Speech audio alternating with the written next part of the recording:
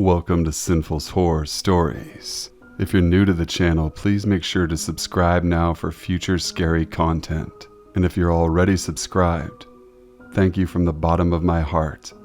This channel is nothing without all of you. I want to thank you guys for all the constant support that I receive on a daily and weekly basis. My goal is to blow this channel up into the stratosphere. Help me first by liking this video, as it will perform at a much higher level. Sit back, relax, stay sinful. When I was a kid, I would sleep over at my grandmother's house every weekend. She lived in a nice condo community where everyone was friendly and there was never any trouble. At the time of this event, I was about 13 years old. I was a super tall and skinny boy who loved movies and video games. My grandmother would let me rent games and movies when I stayed over. At the start of one weekend on a Friday, we were arriving back to her place after stopping off to get some groceries and rentals. Anyone remember when you could rent VHS tapes and games from grocery stores? Her neighbor was getting out of her car with her son, who recently started living with her. She was around my grandmother's age, and the son was probably in his late 30s at the time. We would usually give a friendly hello, then head on inside. Not this time. The son noticed my pile of movies and games I had rented that I was carrying in, and he struck up a conversation with me, asking if I played only PS1 or had a PC and other consoles. We chatted for a bit while the adults went inside, and he said he had something for me if I wanted to stop by later. I was a smart kid and didn't like the idea of befriending someone his age. I knew it was inappropriate, so I said, "Sure, maybe," and went into my grandmother's place. An hour went by and I could see out of the window his mom leaving in her car. 2 minutes later, he was knocking on my grandmother's front door. I answered it and he had a box full of computer parts that he said he wanted to give me. Nothing I could use. It was just like broken old flight sticks and graphic cards from the early 90s. It was weird that he just wanted to give me stuff, but then he asked if I wanted to go back to his place and play Resident Evil 3. I declined, thinking I have seen too many movies and know if I ever went to a strange guy's place alone, I probably wasn't leaving alive. He said fine and left. I didn't see him the rest of the night. But Saturday morning he came knocking again, and I was getting creeped out. I told my grandmother to answer the door and to tell him to stop trying to hang out with the kid. She did, and he just started screaming at her. I felt horrible putting her in that position, basically being berated by a guy who more than likely was a pedophile. I mean, he got super defensive about it, then left. A few hours later, his mother came around and was knocking. And then she started yelling at my grandmother for accusing her son of ill intentions. I was just baffled, but was kind of proud to see my grandmother, someone who's lived alone for 20 years at this point, just try to do her best to protect me. Once the guy's mother left, we thought it was over. So at night, as usual, I would set up her couch and make it my bed in her living room. The room with the TV that had the VCR hooked up to it, and I would try to watch as many of the movies I rented on Friday night. There was a big see-through door to her back patio at the end of the couch where my feet would be laid. The door had lots of square windows in it, so she had big red velvet drapes covering the door. People would walk their dogs behind the condo and could see right into her place. She liked her privacy. Well, Saturday night, at around 2:30 a.m., I hear this weird scratching sound coming from the door. I start to freak. I'm thinking this guy is trying to break in, and the moment I open the drapes, I will see him there. Then I come to my senses and try to calm down. I think the probability of him trying to break into the condo is super low, that I'm probably just jumpy from yelling him and his mother were doing earlier. So young, dumb me decides to be brave and open the curtain. There he was trying to pick the lock, and I startled him when I opened the curtains. But did he run? No. The guy pulled out a hammer from his back waistband and just goes for it. He smashes one of the window squares and tries to open the door from the inside. I think quick and kick his hand, and he cuts himself on a piece of glass. He isn't even wearing gloves, so he gets cut up bad and then runs away. I shout to my grandmother to wake up as I go to her kitchen and grab the biggest knife I can find and go back to the back patio to wait in case he comes back. Moments later, I heard the guy speed off in his mom's car, and I could hear her yelling at him to come back. We called the police, and I basically missed school that week because I had to talk to the cops off and on, help my grandmother fix her door, clean up the blood trail he left behind on our patio, and also go to her community town meeting about the incident to talk to them. After that, I stopped visiting her there. I don't know if the cops ever found the guy either. It took my grandmother a few months to move out. She said the car he took off in never showed up again. The guy's mother was basically stranded without a way to get food, so my grandmother would drive her to the store when she went to get her groceries. They would talk very little about the incident, but the mother finally admitted why her son started living with her. He had just gotten out of a mental care facility he was placed in after being caught in his 10-year-old nephew's bed, sleeping next to him, nude. I was 24, female with a 2-year-old son, whose father had relapsed on drugs and got us evicted after blowing through every dime of savings we had. Shamefully, I went back to live at my parents' house while working to get back on my feet.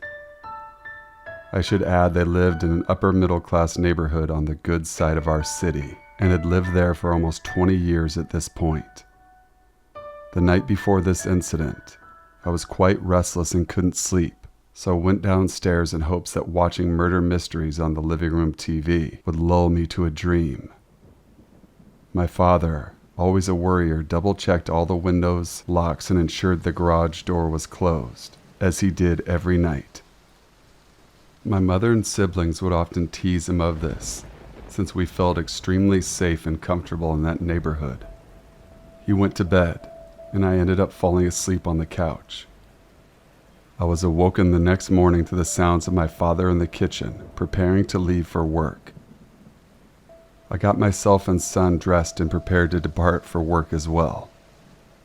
My father proceeded to head to his car in the garage and noticed that the garage door was fully opened. Frustrated, he turned to me, told me to always be sure the garage door is down. I figured he must have forgotten to check it the night before, and I shrugged it off. Since my parents utilized the garage to park their 2 vehicles, I had to park my car in the street at the end of the curved driveway. There was little visibility of my car from the garage entrance. I pick up my son and head out the door to go to work. As I am approaching my car, I notice a person is sitting in the driver's seat of my vehicle.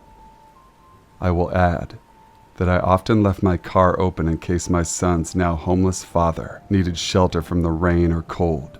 He could lay in there. Of course, I naturally think it's him. I open the passenger side door and lean in, expecting him to welcome me and beg me for a ride somewhere. Instead, I see a very large and rough-looking man startle awake and stare blankly at me. In shock, I tell him to get the hell out of my car. He then tells me it's his car and to get in so he can give me a ride. Still holding my son, I start to scream at the man, who proceeded to move across the front as if to grab me. At this time, a neighbor is coming down my street in their vehicle, presumably on their way to work. I hail him down, point to the man, and tell him to call the police, to which he does. I finally came to my senses and realized I needed to get my son away from this situation, so I retreat back inside the house and wait for the cops to arrive. The man must have come to his senses as the cops were being called, because he ended up fleeing the car and crossing through some property to a parallel street. The cops arrive and were unable to locate him, following the direction he went. They were then notified on radio that a car had just been stolen from a neighbor on that street. There's our guy. They end up locating him inside the vehicle a few miles away and apprehend him. Now, finding a strange man in your car is certainly odd, but here's where the story gets creepier. The police discovered several items on the man that were stolen from various homes.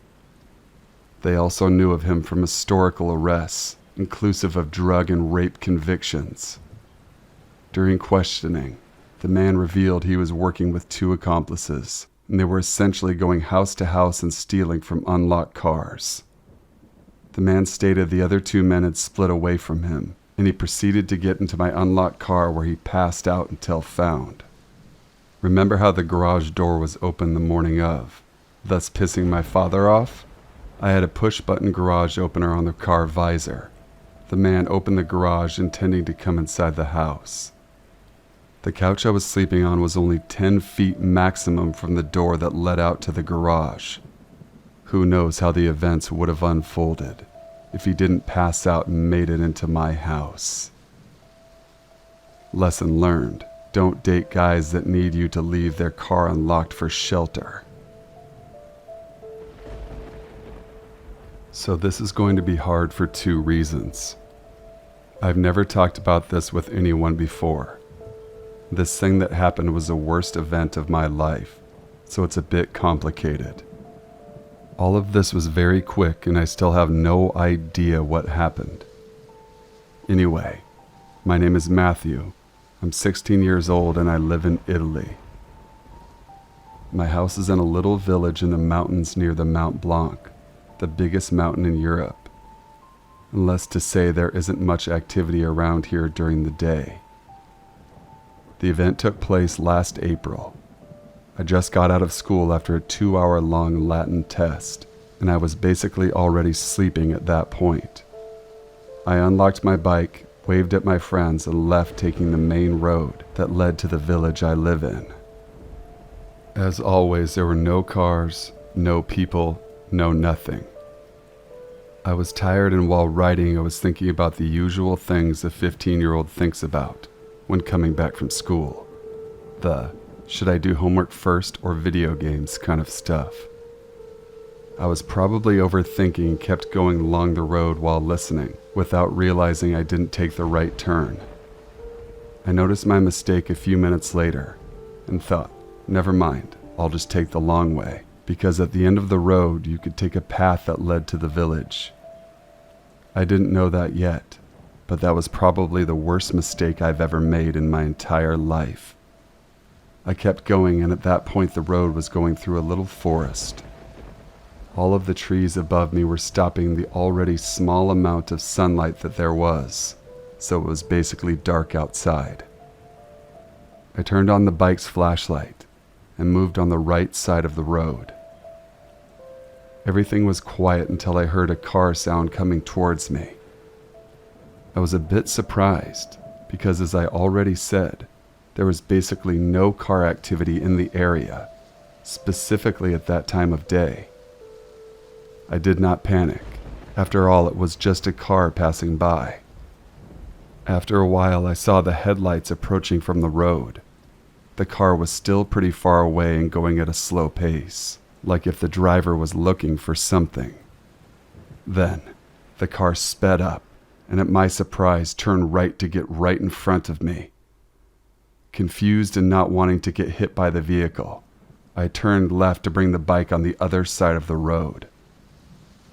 The car did the same and sped up even more.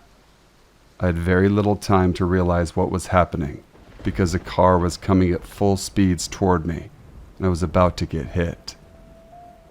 So I did the first thing that came in my mind and jumped off the bike on the right side of the road. I did that just in time because the car ran over the empty bike just a few seconds after I jumped. I sat on the asphalt, my knees and elbows burning from the fall, trying to realize what just happened when I saw the driver of the car getting out of the vehicle that was now still on the side of the road, running towards me without saying a word. I got up as fast as I could, but the guy managed to grab my left arm. I screamed, turned around and landed the strongest punch I could possibly take on the man's nose. The guy didn't flinch or let go of my arm while his nose was pouring blood. The man smiled at me before running back into his car, starting the engine, and leaving. I was in complete shock. I grabbed what was left of my bike and ran home as fast as I could. I was so scared that I left my backpack in the middle of the road and went to get it the next day. That's it. I never knew who this guy was and why he tried to run me over with his car. This is my biggest and only traumatic event that I've experienced in most of my life. I can tell you, I will never take that road again. Thank you for watching this video until the very end. Much respect and love for that. Please make sure to subscribe to the channel for future content, my friends, and go ahead and leave a like on the video as well. Email your true scary stories to thesinfulsavant@gmail.com.